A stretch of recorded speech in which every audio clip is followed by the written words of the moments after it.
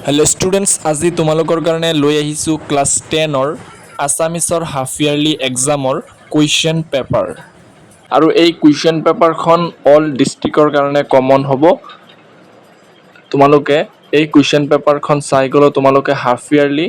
এক্সামত তোমালোকে ভাল এটা নম্বৰ পাবলৈ আশা কৰিব পাৰা আৰু এই কুৱেশ্যন পেপাৰখন বৰ্ডৰ পৰা কাটিছে 2024ৰ হয় এই কুৱেশ্যন পেপাৰখন তোমালোকে এই কুৱেশ্যন পেপাৰখন চাই লোৱা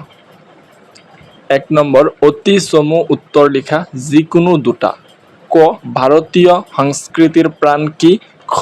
ইনফোসিস কোম্পানীৰ প্ৰতিষ্ঠাপক কোন গ ফ্ৰম বলগা টু গংগা কাৰ ৰচনা ইয়াত তিনিটা আছে যিকোনো দুটা লিখিব লাগে তোমালোকৰ নেক্সট তোমালোকে চাই যোৱা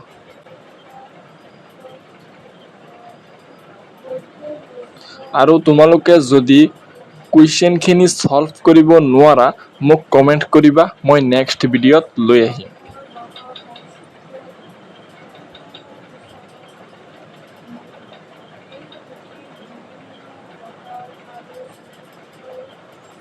আৰু এই কুৱেশ্যন পেপাৰখন বহুত ইম্পৰ্টেন্ট হয় তোমালোকৰ হাফ ইয়াৰলিৰ কাৰণে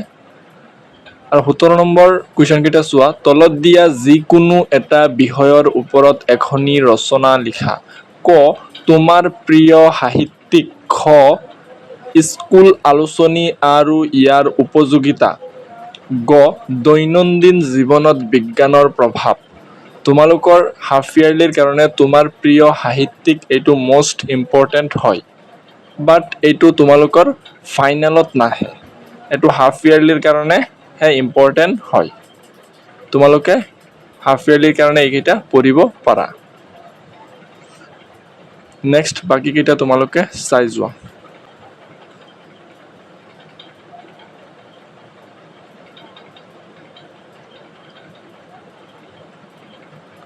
27 নম্বৰটো চোৱা চোন অনুসৰ্গ প্ৰয়োগ কৰি এটি বাক্য লিখা 28 নম্বৰ কুৱেশ্যন অধি আৰু অনু উপসৰ্গ প্ৰয়োগ কৰি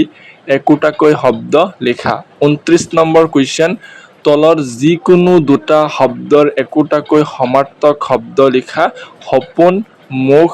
জামিনী ছাত্ৰ ছাত্ৰীসকল তোমালোকে যদি এই কুৱেশ্যন পেপাৰখন সলভ কৰিব নোৱাৰা মোক কমেন্ট কৰিবা মই নেক্সট ভিডিঅত লৈ আহিম আৰু ভিডিঅটো যদি ভাল লাগে তেন্তে ভিডিঅটোত এটা লাইক কৰি দিবা আৰু ভিডিঅটো প্ৰথমবাৰৰ বাবে চালে চেনেলটো সাবস্ক্ৰাইব কৰিব নাপাহৰিবা থ্যাঙ্কস ফৰ ওয়াচিং ভিডিঅ